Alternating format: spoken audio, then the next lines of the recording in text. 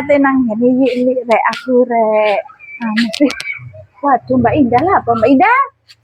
Kata nanti sampean. Ate nang nyiliki lho sampean. Waduh, jajane teko kabeh durung piye ya. Gak golek jajan iki lho weh nemak lho. Pirawan ngene iku Mbak Indah? Murah gak sampai 20.000 lho, weh nak iki. Waduh jajane arek cilik ya, Wak. iki lho senengane mbek putune sampean. Enggak wis aku gak tuku jajan aku.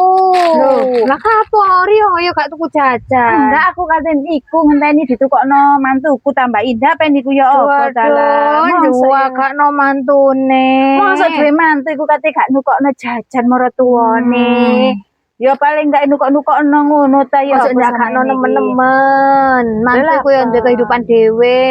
Tapi kan ya jenenge maratuwa iku mosok kate gak dikeki. Tapi lek dipikir-pikir maneh ya wong sampean momong putune ya, momong putune sampean ya anake. Dikeki. Ya wis bener wis. Tapi lek jare aku ya ojo njakakno nemen-nemen iki lho aku cek payu yo.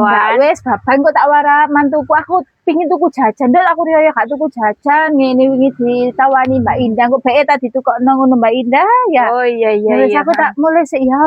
Tak nang yuli ya wis, heeh.